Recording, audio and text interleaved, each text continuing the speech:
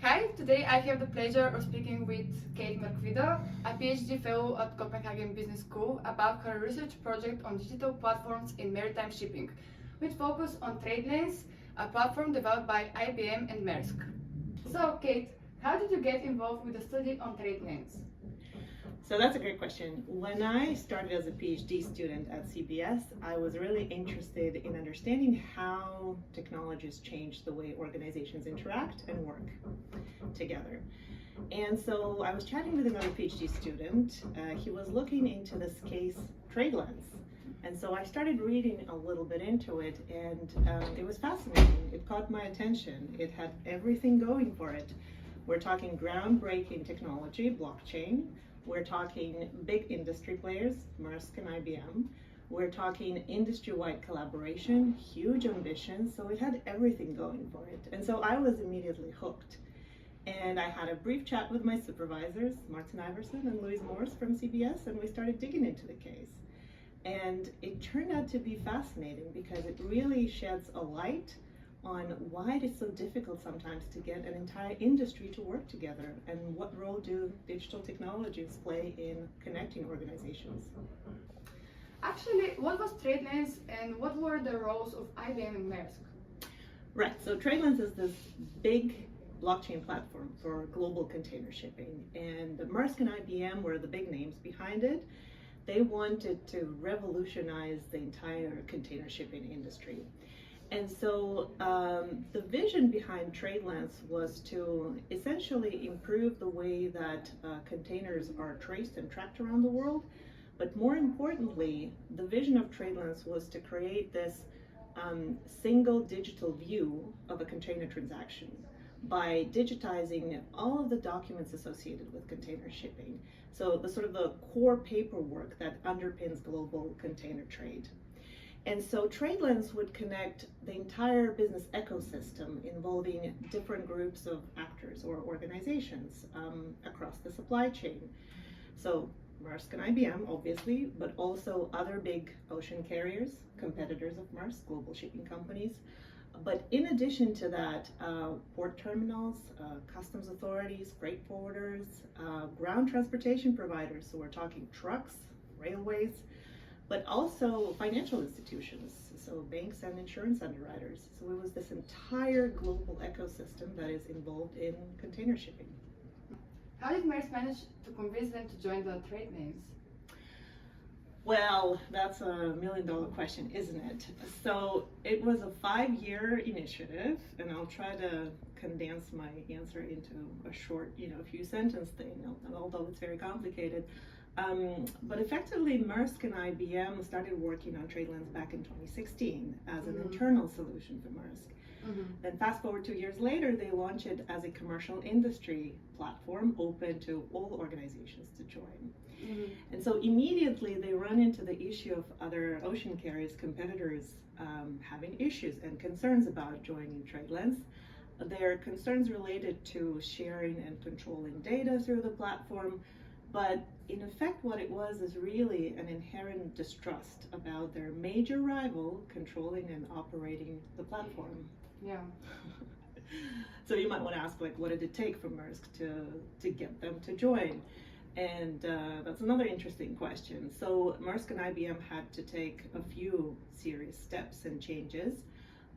First, they set up TradeLens as an arm's length organization. Second, they also changed the governance structure. So the governance structure evolved from a top-down control to a more shared governance, which allowed competitors to have a say in strategic decision-making. Third, there were discussions about changing the ownership structure as well. Fourth, they worked on comprehensive agreements to set out the terms of engagement for other carriers. And finally, they were working on the safeguards on the blockchain itself to protect commercially sensitive data and commercially sensitive information. So all of that seemed to do the trick, because eventually Maersk and IBM announced that major carriers have agreed to join the platform, and on a combined basis they represented about 60% of the global container shipping market, which seems like a lot.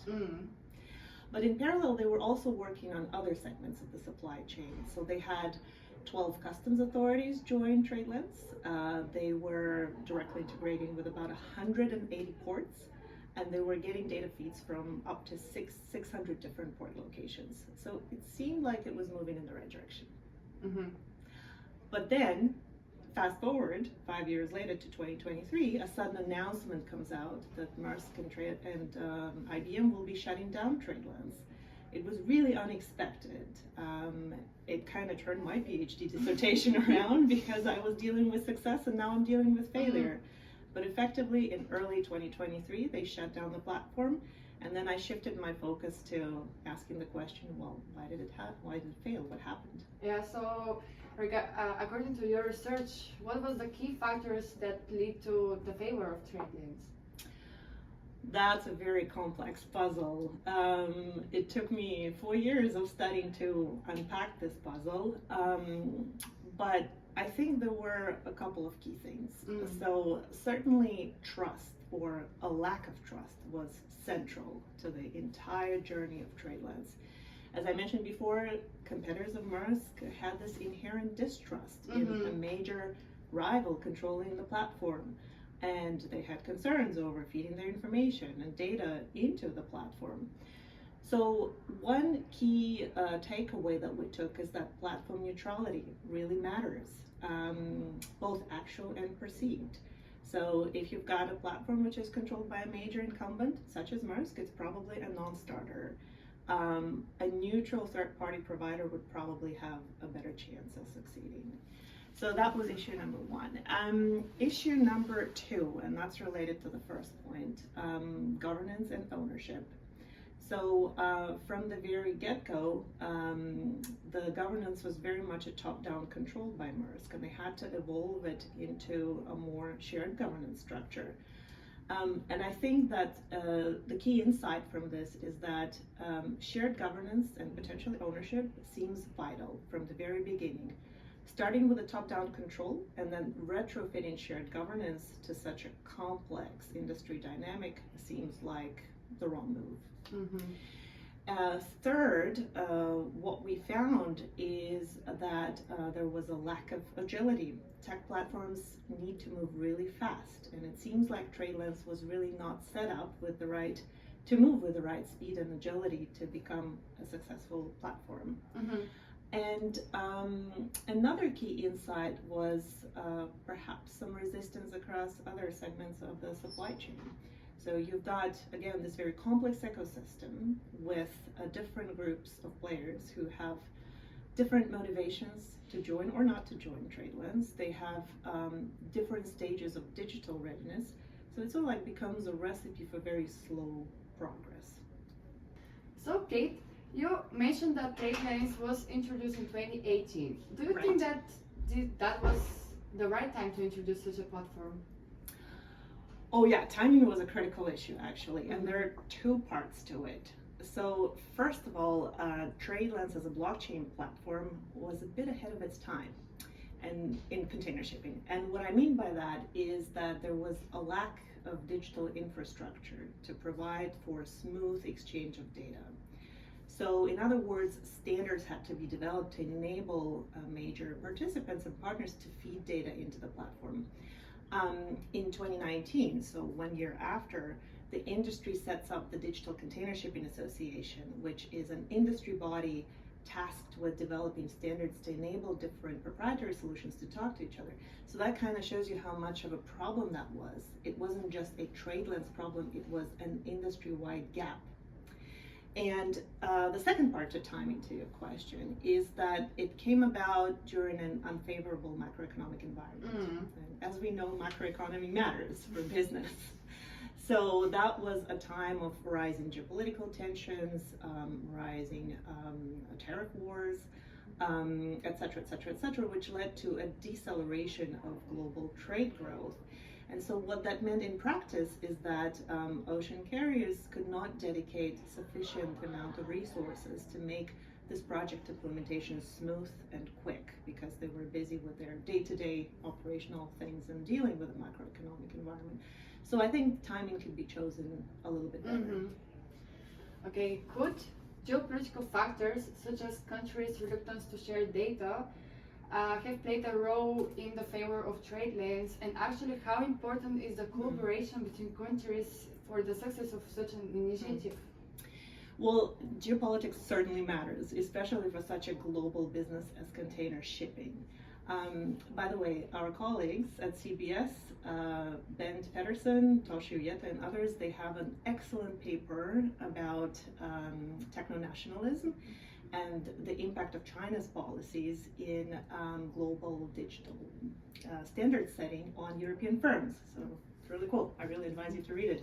But going back to your question and going back to TradeLens, I think geopolitics was not an immediate concern for the platform, but I certainly think it would have played in the long term. And why? Because we know from our research that TradeLens approached Asian carriers. They could not get Chinese carriers specifically to join TradeLens. Chinese ports, which are some of the largest container ports in the world, would be unlikely to join the platform. And I think certainly the same can be said about the Customs Authority of China. In fact, shortly after TradeLens was launched, Chinese carrier Costco initiated a competing blockchain consortium called GSBN, and interestingly, it is still in operation. So just to answer your question, I think yes, certainly geopolitics would have played in and would have limited the geographical scope and reach of TradeLens. Mm-hmm. My next question would be, do you think that the success of TradeLens have been influenced by Maersk, that it was included Maersk in the project, and what if a non-competitor or outsider had led this initiative? Let me see how to answer this. I think a third-party neutral provider would have a better chance of succeeding. Mm-hmm. Because, you know, everything we've discussed before, relational dynamics, power structures, sort of major rival being behind the platform, certainly created hesitancy and inherent distrust on behalf of Maersk competitors. Having said that, we still need to keep in mind that getting an entire industry on board is an enormous task, right? So you've got different groups of actors with different motivations, different incentives, different state of digital readiness. So if you look at this very complex ecosystem with different sort of interests, it's almost a recipe for slow progress. So even if an entirely neutral third-party provider were to come in to set up a platform like that, I think it would still have to do with a number of very serious challenges. Mm-hmm. Kate, do you think that such a platform is possible to exist in the current climate? Oh, I think in the current climate it would be very, very difficult. You've got an environment with rising tensions, geopolitical tensions, and trade wars, and tariffs being slapped left and right. So I think it would be very difficult to get global buy-in into the platform, particularly on behalf of governments, so customs authorities, for a platform like that. So if it were to have a chance to succeed, you would probably have to start with a limited geographical scope. So potentially Europe, North America, if we're talking about a North American or European entity initiating that, or Asia, if it's an Asian carrier. Mm-hmm. But what do you think is the big picture lessons from this project? What do companies who are contemplating to join this field need to keep in mind, or to change their approach to the project so they have a success? That's another billion-dollar question, I think. So I think there's a couple of key takeaways that hopefully Maersk and IBM took away from this experience. Number one, technology is amazing, but it does not solve every problem. So it's not a magical solution. If you can't understand the industry well, if you cannot get players on board, if you can't address trust issues that we've seen in TradeLens, deal with concerns of your key stakeholders, it is unlikely to succeed.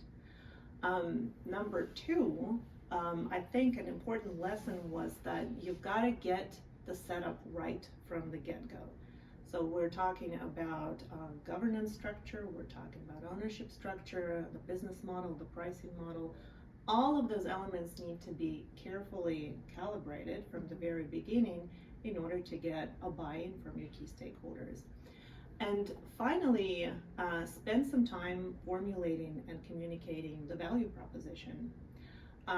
Not only you have to have an amazing product, which I think TradeLens was, but you also need to be able to sell it to key groups of stakeholders.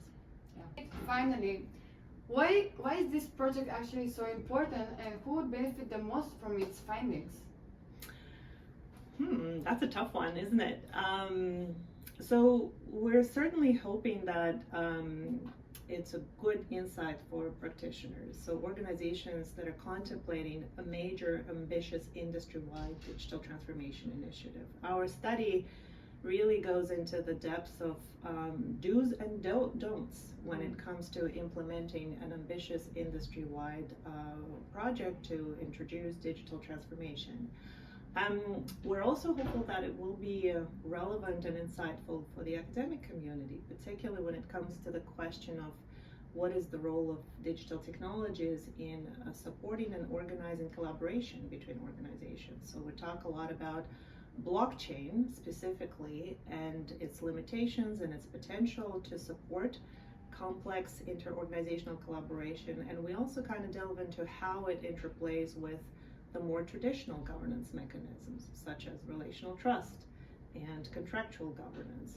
So we shed a light on that. We're certainly hoping to publish a paper with Martin, so stay tuned for that. And hopefully that will provide an interesting and insightful read. Yeah, it will.